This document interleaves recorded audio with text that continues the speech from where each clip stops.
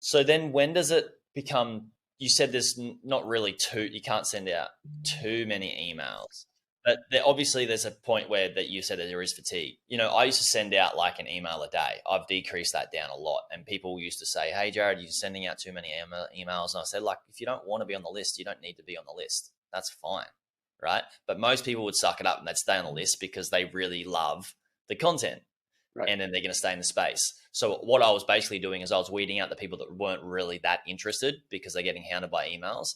And the people that were, they stayed, and they're my perfect clients. I don't want to be sending emails to people that aren't opening them and just sitting on the list and making my email open rates decrease because of them sitting on the list, not opening them. And there's a whole science behind that. I'm sure we could talk about that as well, Matt. And I've decreased it down just because I don't feel it as necessary now. But how much is too much, or how little is too little? For somebody starting out, you talked about consistency when we first started this conversation. Consistency is probably the most important thing, I would presume.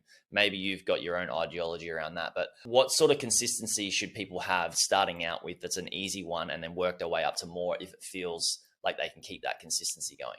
Generally speaking, this is a cookie cutter answer. Okay.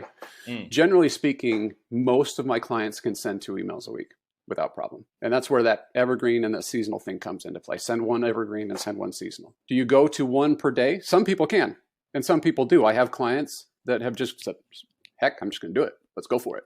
And they do. You can also, with today's software, it's pretty easy to give people options to say, I'm going to send 1 per day, or do you want to get 2 per week, or do you want to get 1 per week?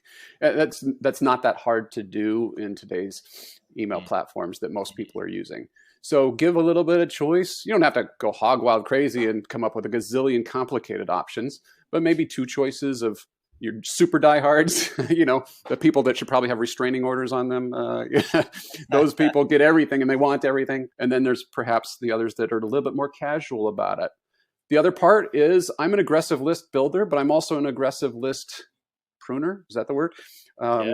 Because if they don't want to be on the list, there is a cost associated with that, both from deliverability and actual dollars.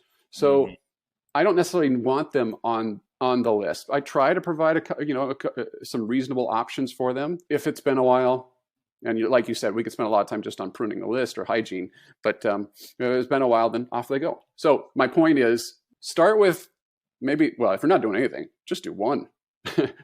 You mentioned some people might go crazy with this and go too far. That doesn't happen very often. Most people I'm talking to are, I'm not sending anything. So let's start with 1 or 2 a week would be fantastic. Great. 1 or 2 a week, start with that and then work your way up. And you probably can't get too many. A couple